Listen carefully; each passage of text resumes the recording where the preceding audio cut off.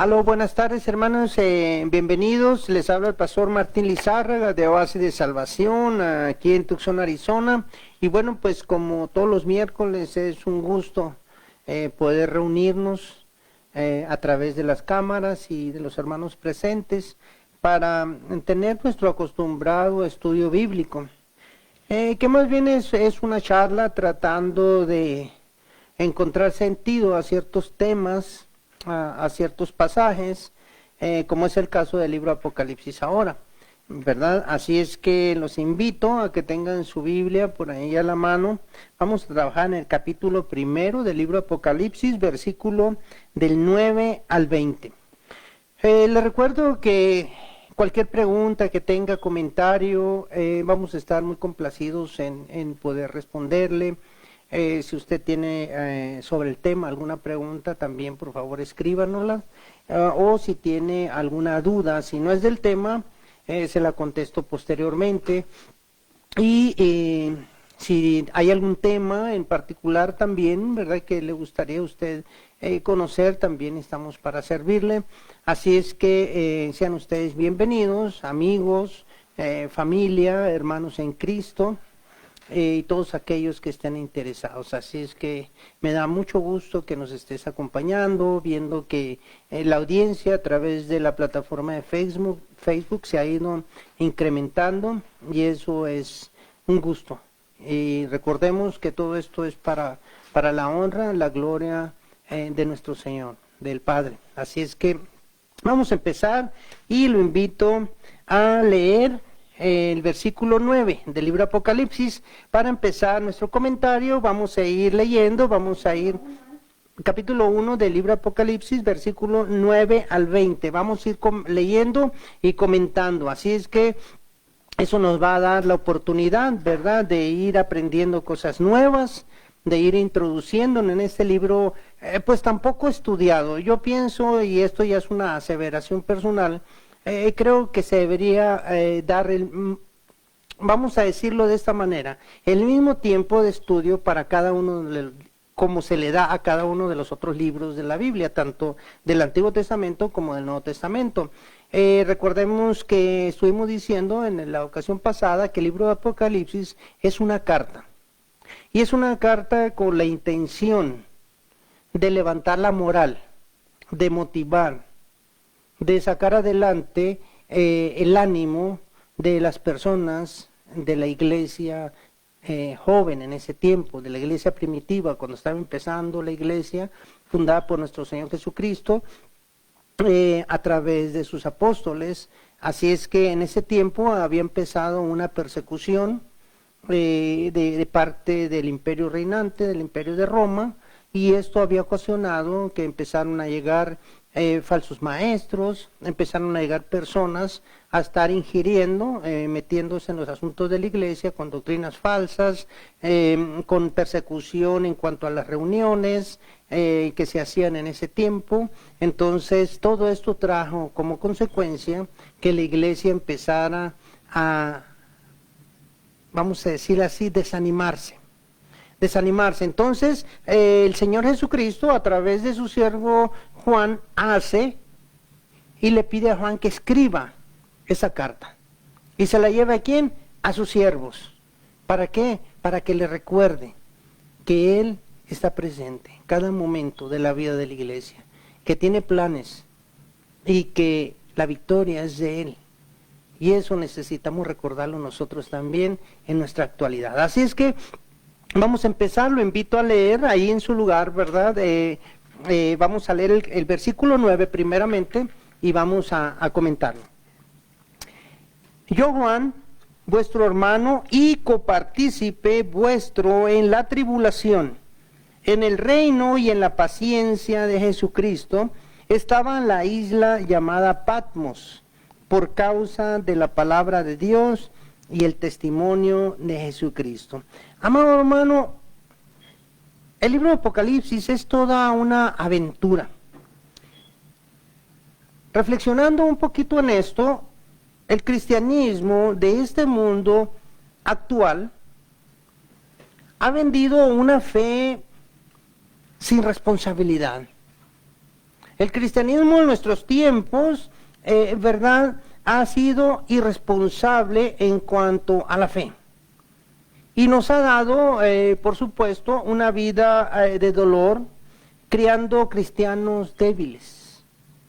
Nosotros somos cristianos débiles y cobardes. ¿Por qué digo palabras tan fuertes, verdad? Porque por medio de esa fe tan débil, ese cristianismo barato que nos han enseñado, han destruido nuestra propia vida, han llevado deshonra al Padre, y la iglesia ha sido la burla de muchos grupos, de muchas personas. Eso es lo que ha pasado. Los cristianos del primer siglo no temían, fíjate bien lo que te digo, hermano, no temían al dolor, no temían a la persecución, no temían incluso a la muerte. Fíjate lo que le dice Juan en este versículo, dice, ¿verdad? Dice primeramente, yo vuestro hermano, o sea, compartía la misma creencia, al decirse hermano, ¿verdad? Se entiende, copartícipe, o sea, participante también de la persecución que están teniendo ustedes, ¿verdad? Aunque yo estoy preso aquí en Patmos, una isla que servía de prisión, ¿verdad?, al Imperio Romano, una isla rocosa donde había algunas minas, y los prisioneros más peligrosos o los prisioneros políticos iban a dar como castigo a ese lugar. Se les daba y se les entregaba nada más una muda de ropa, o sea, un cambio de ropa, de tal manera que estaban forzados a trabajar 12 horas diarias durante 6 días.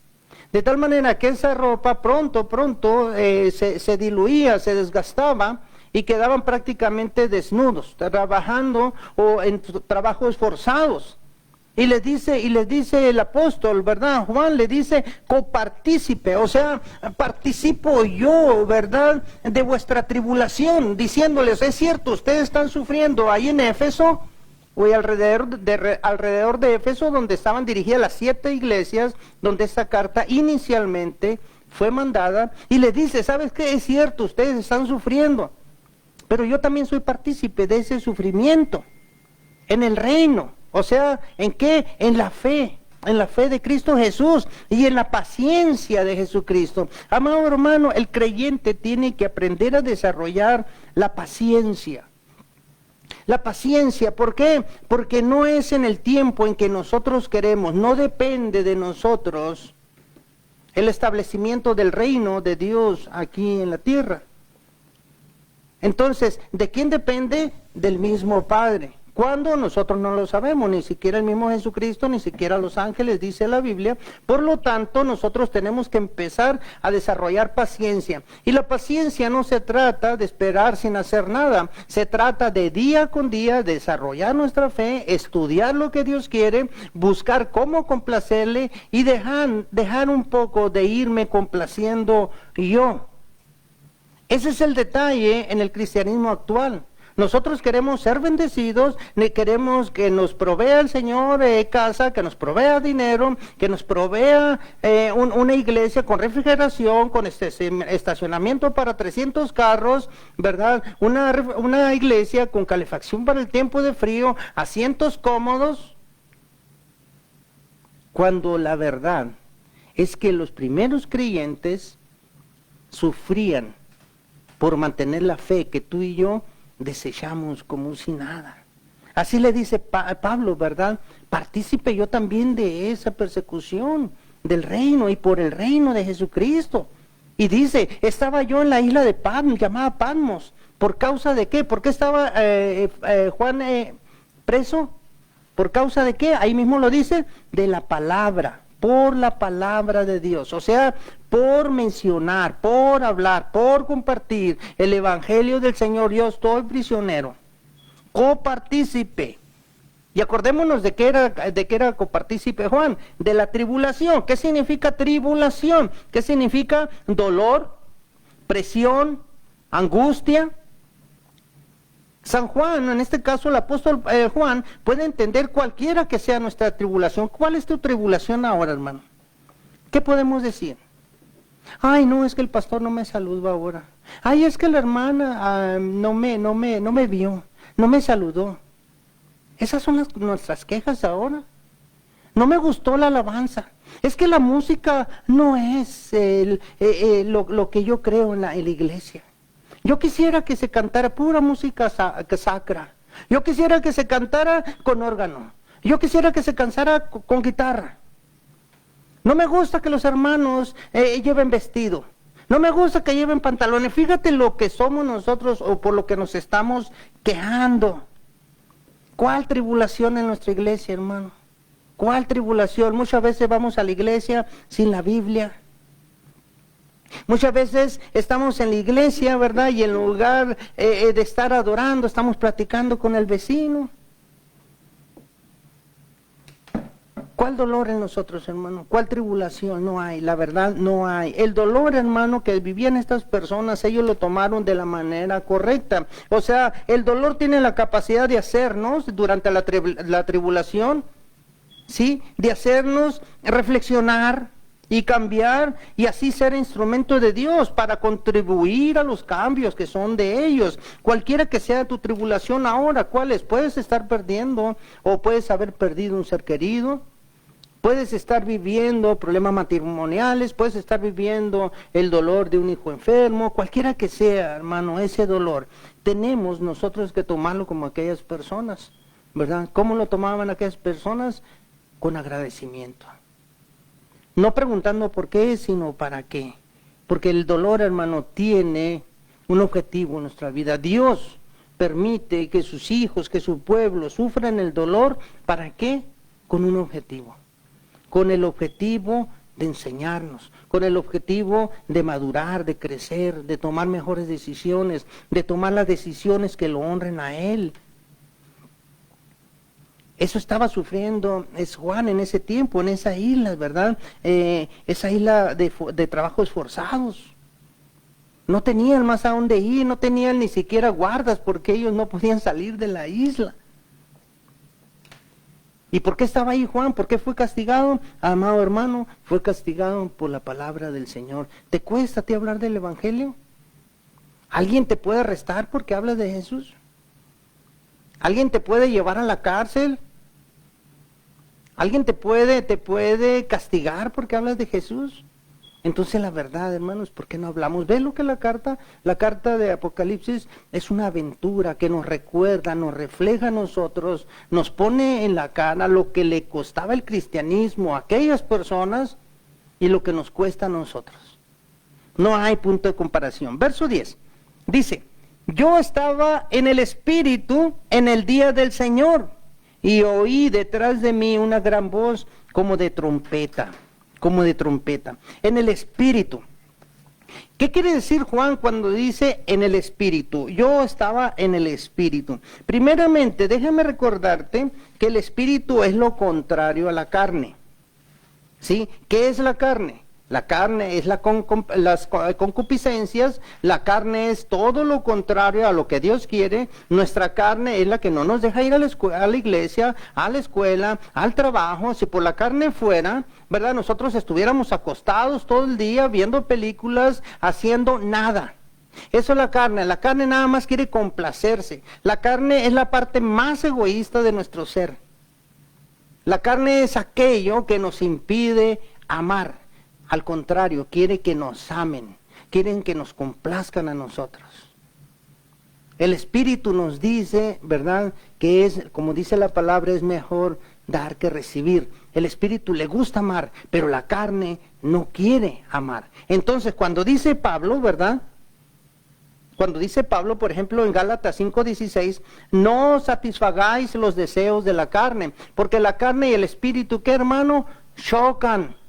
Esa es la guerra que tenemos todos los días nosotros. El Espíritu nos quiere llevar a un lugar, el Espíritu quiere adorar a Dios, el Espíritu quiere meditación, el Espíritu quiere oración, quiere reflexión, pero la carne dice no, está muy buena la serie, está muy buena la película, estoy muy a gusto acostado, es mi único día de descanso. ¿Sí? Así es la carne es lo contrario al Espíritu. ¿Qué quiere decir entonces cuando dice Juan estaba en el Espíritu? Quiere decir que estaba en un estado de ¿qué, hermano? De santidad, de reflexión, probablemente estaba orando, no estaba vociferando, no se estaba quejando. Él estaba en el Espíritu. ¿Y cuáles son los frutos del Espíritu? ¿Te acuerdas lo que dice la Biblia? Los frutos del Espíritu, por allá en Gálatas 5:22. ¿Recuerda cuál es? ¿Verdad? ¿Qué es? Amor, paz, paciencia, benignidad, bondad, fe, mansedumbre, templanza. Esos son los resultados del Espíritu. Entonces, cuando tú y yo estamos en Espíritu, o en el Espíritu, como estaba Juan, no estamos quejándonos, no estamos peleando, no estamos discutiendo con nadie, no estamos reclamando nuestros derechos. Estamos en amor, estamos en paz, estamos en paciencia, relajados, tranquilos, no reclamando nada, no teniendo problemas con nadie, amando al prójimo. ¿Sí? ¿Cómo estaba el ánimo de Juan? En el Espíritu, en tranquilidad. Probablemente el hombre estaba orando, probablemente estaba reflexionando. A lo mejor el único día que tenía, ¿verdad? Que no estaba trabajando, a lo mejor estaba porque todavía es muy famosa ahí en Patmos. La isla esa es famosa por el turismo, no hay mucho que ver ahí, pero hay un monasterio muy grande, ¿verdad? Hay algunos monasterios de hecho, ¿verdad? Y es muy famosa la gruta, donde se supone, o sea, la gruta es como una cueva, ¿cómo te puedo decir? Dos entradas, como una especie de cueva, donde supuestamente, ¿verdad? Juan tuvo el encuentro con Jesucristo. De tal manera que, ¿cómo estaba el ánimo de Juan en el Espíritu, hermano? ¿Cómo estaría un preso? Él estaba preso, te recuerdo. ¿Cómo estaría un preso regular? ¿Cómo vas tú a ver a un preso regular? ¿Un pariente, verdad? ¿Alguien que está en la cárcel? ¿Cómo está en el Espíritu? No, hermano, no está en el Espíritu. Lo primero que te dice que es, sácame de aquí, búscame un abogado, vende el carro, vende la casa, yo te voy a pagar después. No quiero estar aquí. Aquí es cruel, hay mucha gente mala. Yo soy inocente, todos dicen que somos inocentes cuando estamos allá adentro, ¿verdad? Yo soy inocente, me culparon. ¿Hay espíritu ahí, hermano? No, es la carne que no quiere estar ahí. Pero Juan estaba diferente, Juan estaba en el Espíritu. ¿Cuántos vamos, hermano, hablando del Espíritu? ¿Cuántos vamos de nosotros a la casa del Señor en el Espíritu? Fíjate la pregunta. ¿Cuántos de nosotros vamos en el Espíritu a la casa del Señor? Un día a la semana. El domingo, el primer día de la semana. Llegamos tarde. Llegamos enojados con el marido, con los hijos, rezongando, se nos olvidó la Biblia o la dejamos ahí en la cajuela o en la guantera toda empolvada, llegamos amargados, llegamos resentidos. No vamos en el Espíritu, hermano. No vamos en el Espíritu. Fíjate, tomé una nota muy importante, ¿verdad? De que como nosotros, hermano, a medida que avanza la edad, está comprobado que existe o crece el riesgo de suicidio en las personas. De hecho, aquí en América hay el último año que se efectuó esta encuesta, hubieron 6,000 americanos mayores de 65 años que se suicidaron. ¿Por qué, hermano? Porque no vivimos en el Espíritu. No conocemos estar en el Espíritu. Los negocios de fármacos están haciendo una millonada de dólares vendiendo pastillas para dormir, tranquilizantes, vendiendo antidepresivos. Hay personas que hacen negocio con tu estado de ánimo, de culpa, con tu estado de ánimo, de culpabilidad o de depresión. O de angustia, porque lo primero que hacemos es vamos con el médico para que nos cure la depresión, la angustia, la falta de sueño, la irritabilidad. Y déjame recordarte algo, que ese tipo de problemas está en el alma. Si a ti te checan o te hacen exámenes físicos, no va a salir ningún problema, porque no está en tu carne el problema. El problema está en el alma. Y queremos arreglar con medicamentos los problemas del alma, y es como poner una curita en un cáncer.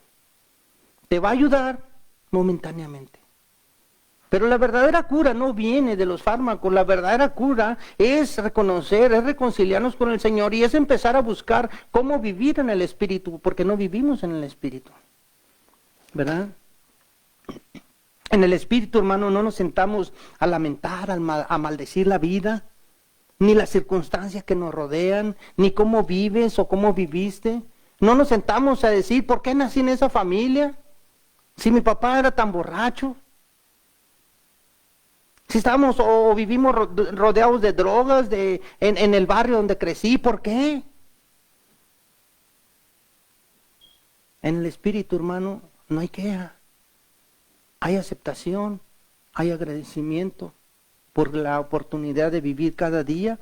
Juan lo hacía en la isla de Patmos. Fíjate la situación de Juan, hermano. Él estaba tratando de motivar a las iglesias en Éfeso cuando él mismo estaba sufriendo la persecución, la angustia, estaba sufriendo el estar preso, estaba sufriendo el andar casi desnudo, trabajar 12 horas diarias picando piedra.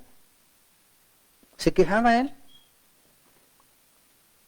Nos quejamos nosotros de nuestra situación cada rato, hermano. En la Biblia hay 4 referencias en el libro de Apocalipsis de las veces que menciona que Juan estaba en el Espíritu. O sea que no solamente fue en ese momento. Juan estaba en el Espíritu en ese momento, en el 1:10 que estamos leyendo, en el Apocalipsis, pero también en 4:2 dice que Juan fue llevado al cielo. ¿En qué? En el Espíritu. Ahí lo puedes leer tú, yo por el tiempo no lo leo. 4:2 de Apocalipsis. Fue llevado al cielo a mostrarle una visión. ¿En qué? En el Espíritu, o sea, en la santidad, en la paciencia, la conformidad, en el amor, en el gozo, en la paz, en la benignidad, en la templanza de su vida. ¿Sí? En el capítulo 17:3, en el Espíritu también lo lleva el ángel al desierto a ver a la bestia. En el Espíritu también, en el 21:10, lo lleva el ángel para ver la ciudad santa, en el monte alto, a ver la nueva Jerusalén. ¿Cómo vive usted hoy, hermano? Porque el libro de Apocalipsis eso es, darnos una referencia de lo que el primer siglo estaba viviendo y lo que ahora estamos nosotros aquí. Esa es la interpretación que tenemos que enseñarnos. Esa es la teología que quiere enseñar con tantos símbolos, Juan, ¿verdad? ¿Cómo vive usted? ¿Pateando botes? ¿Renegando? ¿Inconforme? Si tiene trabajo, porque hay muchos trabajos. Si no tiene trabajo, porque no tiene trabajo. Pero Juan dice, estaba en el Espíritu en el día del Señor. ¿Cuál es el día del Señor, hermano? El día del Señor es el domingo. En algunas ocasiones esto se ha prestado a malas interpretaciones, hermano, porque se dice el día del Señor es el domingo. No, el domingo es el primer día de la semana. Lo que pasa es que en ese tiempo, hermano, el César o los Césares, en este caso Domiciano, en el tiempo de Juan, estaba Nerón, después Noviciano, ¿verdad? En ese tiempo el César agarraba un día del año, porque ellos querían expresarle al pueblo que por voluntad divina ellos eran césares, o sea, ellos eran los gobernantes máximos y que eran lo más parecido a Dios.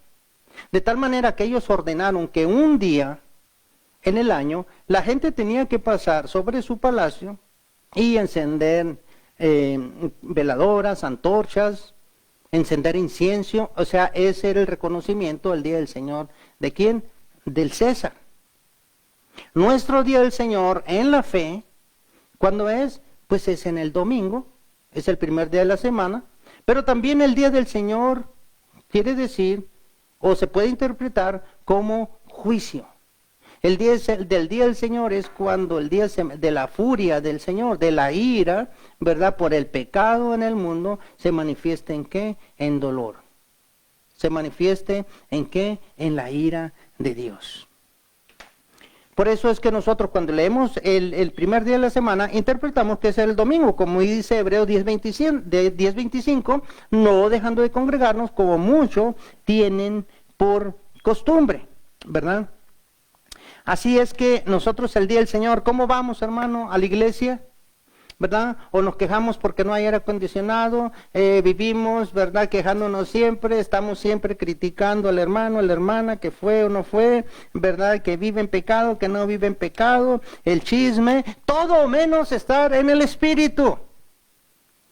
Y esa es la intención de Juan. Y por eso Él nos lo muestra. Él estaba en el Espíritu, ¿verdad? No teníamos nosotros, hermano. Fíjate, si nosotros nos calificaran ahorita como aspirantes a creyentes, ¿verdad? La verdad, saldríamos reprobados, ¿verdad? Si nos compararan bajo los estatutos o bajo las normas de los creyentes del primer siglo. Ellos sí vivían, hermano, la fe. Ellos sí defendían la fe. Ellos soportaban el dolor, la persecución, la separación familiar. ¿Por qué? Por la fe. Y nosotros no, hermano. Nosotros, la verdad, muchas veces, y con el perdón tuyo, nos quejamos por tonterías. Cuando yo en lo personal, hermano, cuando me pongo a estudiar estos temas, cuando trato de escudriñar la Biblia, ¿verdad? Y veo a Juan, veo a Pablo, veo a Pedro, ya una vez con el Espíritu Santo, y veo a tantos profetas, a tantos mártires, siento que me falta muchísimo, hermano. Que soy apenas un iniciante, que me falta mucho para vivir y poder reflejar la fe que tengo en mi corazón. Me falta mucho, mucho. Y yo quisiera que tú te hicieras y te plantearas esta pregunta también. ¿Sí? Si te compararan con un creyente del primer siglo, ¿cómo saldrías tu calificación? ¿Te parecerías en un 1, en un 2, en un 3, de 1 al 10? Si tienes 10, quiere decir que tienes tu fe tan fuerte como la del primer siglo, o los creyentes del primer siglo. Yo creo que ando a lo mejor en punto 5. A lo mejor yo en lo personal, hermano, ni siquiera a 1 llego. ¿Verdad? Capítulo 11, versículo 11, vamos a adelantar, ¿verdad? Dice, ¿qué decía? Yo soy el Alfa y la Omega, el primero y el último. Escribe en un libro lo que ves y envíalo a las 7 iglesias que están en Asia, a Éfeso, Esmirna, Pérgamo, Tiatira, Sardis, Filadelfia y Laodicea. ¿Quién habla ahí, hermano? ¿Quién le está hablando a Juan cuando estaba en el primer día de la semana, en aquella gruta, ¿verdad? En el Espíritu. ¿Quién le estaba hablando en este momento? Jesucristo mismo estaba hablándole.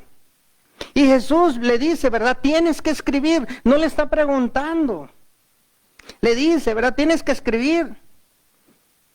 Déjame recordarte una cosa, hermano. Juan estaba preso, pero no tenía 15, ni 20, 25 años, ni 30 años con toda la fortaleza física. Juan tenía 90 años. Era un anciano.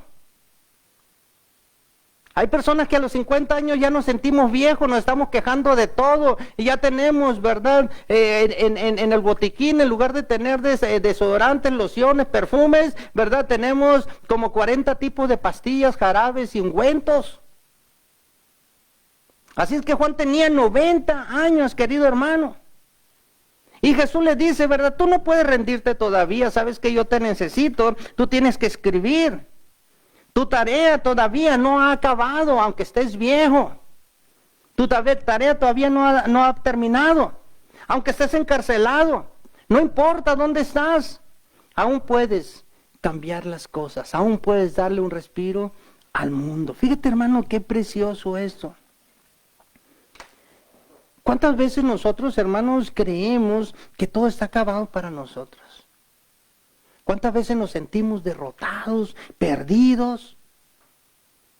¿Cuántas personas nos suicidamos, hermano? Nos quitamos la vida. ¿Cuántas personas no dejan terminar el trabajo de Dios en existencia de cada uno de nosotros, arrancándonos, arrebatándonos la vida? Juan 90 años preso por la fe.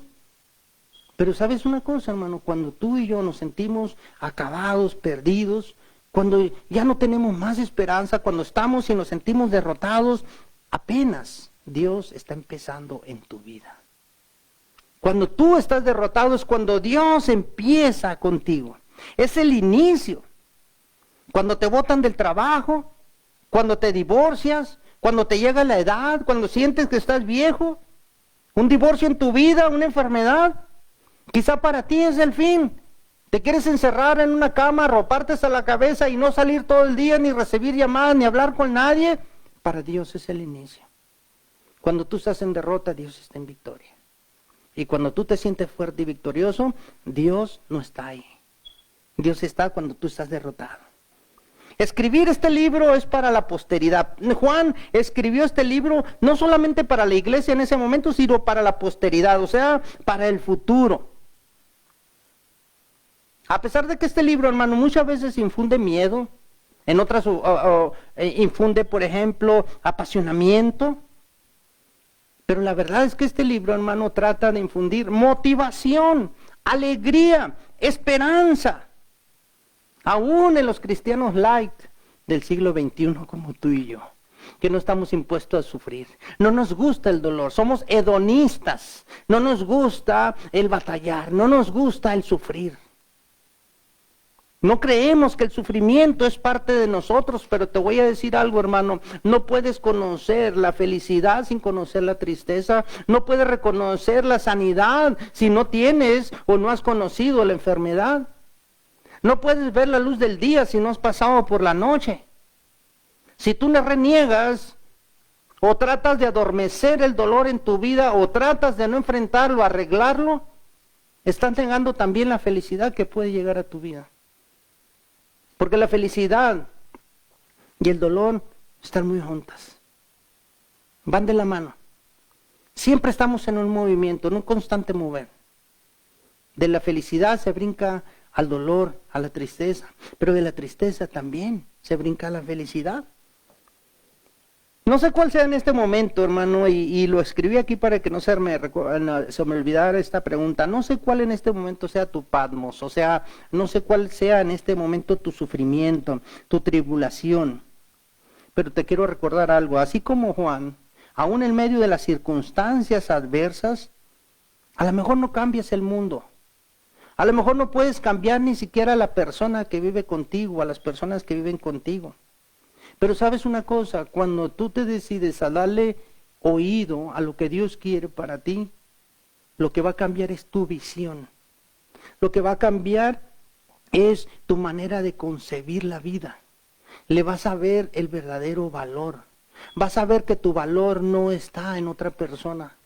Vas a ver que la felicidad no está con el de enseguida. Ni siquiera está en tus hijos. La felicidad no está en tu marido, en tu trabajo, en tu carro, en tu banco. La felicidad está dentro de ti. Y es la unión de tu espíritu con el Espíritu de Dios. Ese es el gozo. Hay personas que nos pasamos buscando la felicidad, cuando en el camino de la búsqueda de la felicidad perdemos el gozo, porque sacrificamos nuestros principios. Hay personas que nos casamos, por ejemplo, por dinero. Hay personas que nos casamos, ¿verdad?, por tener, no sé, posición económica, que sacrificamos el amor. Y esto tiene como consecuencias el dolor y el sufrimiento. Pero eso no es nada comparado a lo que aquellos hombres sufrían en el primer siglo por la fe. Pero nosotros podemos encontrar, hermano, aún, no sé cuál sea tu Patmos, no sé cuál sea tus sufrimientos, pero yo quiero insistirte en eso. Mejor te pregunto, ¿cómo está tu relación con Dios? ¿Le has pedido que llegue a ver cuál es la tarea que te tiene para ti? Porque Juan a los 90 años lo estaba utilizando. Juan escribió este precioso libro. El libro Apocalipsis es precioso, hermano. Y por eso es parte de la Biblia, de este compendio de libros. Por eso es parte. Porque hubo una infinidad de personas sabias en la materia que decidieron poner este libro. ¿Sabes cuántos libros tuvieron que examinar, leer y estudiar para llegar a tener los que hoy nosotros conocemos como la Biblia? 66 en la Biblia, lo que tenemos ahora, los 39 del Antiguo Testamento y el resto en el Nuevo Testamento. ¿Sabes cuántas personas estudiaron? Cientos, pero también miles de libros. Hubo muchos libros en ese tiempo, pero estos fueron los escogidos. De tal manera que el libro de Juan, hermano, es precioso. Es una aventura leerla, porque nos da cuenta del sufrimiento y también de las promesas para vencer el sufrimiento. Así es que no busques en otra parte. Tu felicidad, tu libertad se llama Jesucristo y tu felicidad se llama el gozo que se desarrolla a través de la relación con tu espíritu, con el Espíritu de Dios. Cuando Cristo habita en tu corazón, hay gozo y Dios siempre va a tener una tarea para ti. No importa los años, no importa tu situación, no importa tu color o tu idioma, Dios siempre tiene un trabajo para ti. No importa cuál es tu isla de Patmos en este momento, pero te aseguro que Dios puede llegar ahí y tiene una tarea, ¿para qué? Para impactar a los demás. Dios quiere que tú seas el reflejo, el espejo para los demás de su imagen. ¿Está reflejando a Dios en este momento, hermano? A Juan le mandó el escribir, le dice, ¿verdad? Escribe un libro, en un libro, lo que ves, o sea, la visión que estaba teniendo. Y envíalo, o sea, no te quedes con él, envíalo. O sea, no lo mandó solamente a escribir, le dijo, sino envíalo a las 7 iglesias.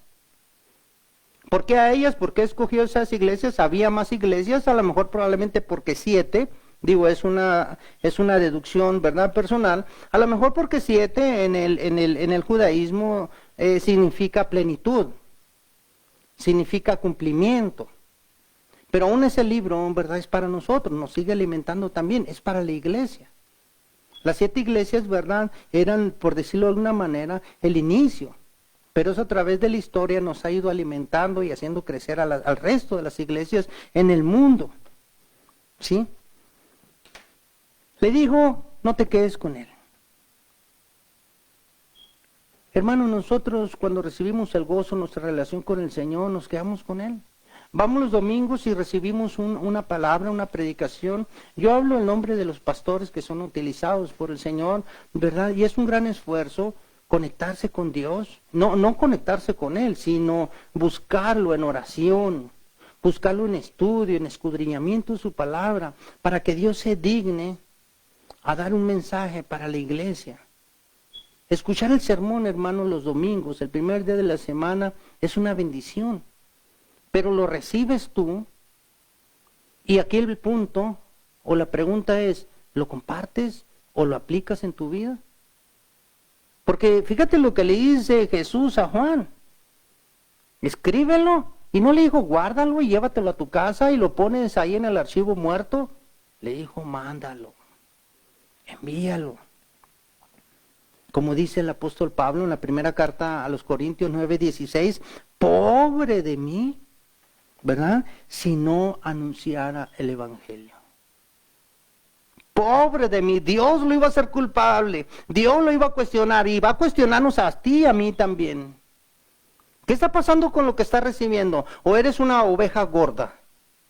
No de peso, de espíritu, en el espíritu. ¿Qué quiere decir una oveja gorda? Aquella que recibe enseñanza tras enseñanza, los miércoles, los domingos en la lectura y recibe, pero no comparte. ¿Qué quiere decir? Que te llenas y llega un momento en que se te olvida. ¿Por qué? Porque no lo estás practicando, no lo estás llevando a otra persona. ¿Eres una oveja gorda? ¿O eres una oveja activa que recibe, lo agarras para tu vida, lo practicas y luego lo compartes y lo pasas a otra? ¿Hablas de Jesús en la semana? Cuando tú recibes la enseñanza, la instrucción el domingo, la compartes con otra persona. ¿Lo subes al Facebook, la predicación de tu pastor o la enseñanza? ¿Lo compartes con tus contactos? ¿Siquiera eso haces? Pero cuando viene un chiste obsceno en el Facebook, estamos como tontos riéndonos. De chistes obscenos, de fotos vulgares, de la vida, divorcio, pleito de fulana, de sutano, de mangano, de los pleitos de la familia fulana, sutano, mangana. Eso sí nos encanta y luego los posteamos, los compartimos, ¿verdad? Mira la foto de la fulana, qué gorda está, ¿cómo la ves tú? ¿Y el mensaje del domingo, qué hiciste con él? ¿Al archivo muerto? Versículos 12 al 16, dice la palabra del Señor de esta manera.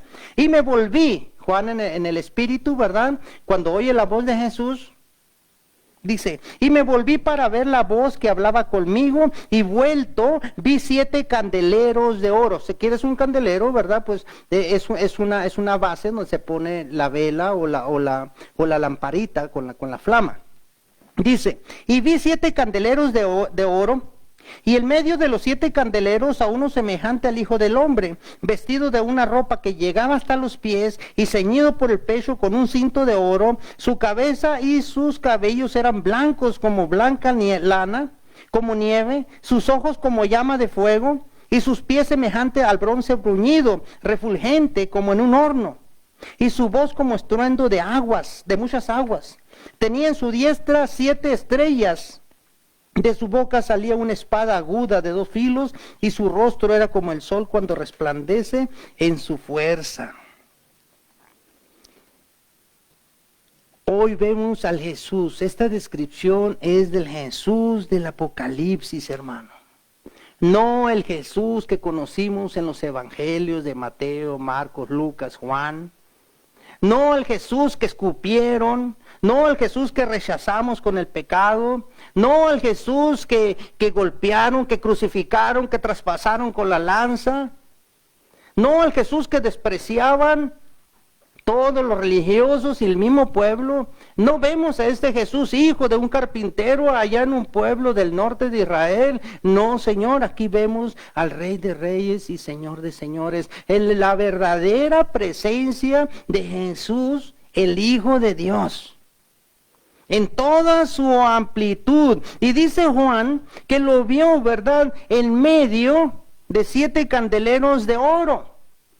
Voy a llevarte al versículo 20, ahí mismo, porque ahí explica qué son los 7 candeleros de oro. Fíjate bien en el versículo 20, dice, el misterio de las 7 estrellas que has visto en mi diestra y de los 7 candeleros de oro. Las 7 estrellas son los ángeles de las 7 iglesias, y los 7 candeleros que has visto son las 7 iglesias. O sea, la imagen que está expresando Juan es a Jesús que estaba en medio de qué, hermano, en medio de sus candeleros. Y los candeleros que son, según lo que dice el versículo 20, son las iglesias. O sea, esto da la impresión o da el entendimiento o la idea de que Jesús es la luz de las iglesias. Jesús estaba en medio de las iglesias. Las iglesias, hermanos, por más elegantes que sean, no tienen luz propia para brillar en medio de la oscuridad del mundo. La luz de las iglesias es Jesucristo. Él es el que trae la verdad, Él es el que trae la vida, Él es el que nos muestra el camino. Las iglesias sin Jesucristo están apagadas en las tinieblas del pecado de este mundo. Eso es lo que está expresando Jesús. Juan, vi a alguien como al Hijo del Hombre en medio de ¿qué? De los candeleros, o sea, en medio de las iglesias. Él está en las iglesias, no solamente está a la diestra del Padre, rogando, intercediendo por ti, por mí. Está aquí en la tierra, en las iglesias, para que las iglesias brillen en medio de la oscuridad del pecado de este mundo. Y dice también que vio que vestía vestiduras blancas que llegaban hasta los pies. Eso da la imagen. Acuérdate que Juan está mostrándonos con figuras lo que él está viendo. Eso da la imagen de los sacerdotes o de la vestimenta del sacerdote del Antiguo Testamento. En Hebreos 4, 14 al 15, fíjate bien, en Hebreos 4, 14 al 15, por tiempo ya no me voy a ir, léelo por favor. Ahí dice que tenemos que un sumo sacerdote. ¿Quién es el sumo sacerdote? Jesucristo. ¿Quién es el sacerdote de los sacerdotes? Jesucristo. Y ese sumo sacerdote, ¿dónde lo tenemos, hermano? En el cielo. Ese sumo sacerdote, amado Dios, amado hermano, es el que intercede, es aquel que se compadece de nuestras debilidades. Ese es Jesucristo el que está viendo, el sumo sacerdote, el Rey de Reyes y Señor de Señores, el medio de la iglesia universal, o sea, de todas las iglesias. Él es el que se compadece de ti y de mí. No como nosotros que no nos compadecemos de las personas porque decimos, ay, pues yo tengo que trabajar. No puedo visitar enfermo porque mira, yo tengo que pagar biles. Tengo que atender a mis hijos, tengo que atender a mi marido, tengo pagos por hacer. ¿Cómo voy a ir a visitar al que está en la cárcel? ¿Cómo voy a ir el domingo, pastor, si sabes que tengo que trabajar? Qué injusto es usted, qué bárbaro. Debería condenarse. ¿Sí? Nosotros no nos compadecemos ni de nosotros mismos, hermano. Nosotros vivimos según nuestras necesidades. No es lo que la Biblia dice. La Biblia nos manda a amar al enemigo. La Biblia nos manda a visitar al enfermo, a orar por los que nos injurian o que nos dañan. La Biblia nos manda a compadecernos de las viudas, de los huérfanos. Pero dice Juan también, volviendo a la escritura, que le vio un cinto de oro alrededor de qué, de su pecho.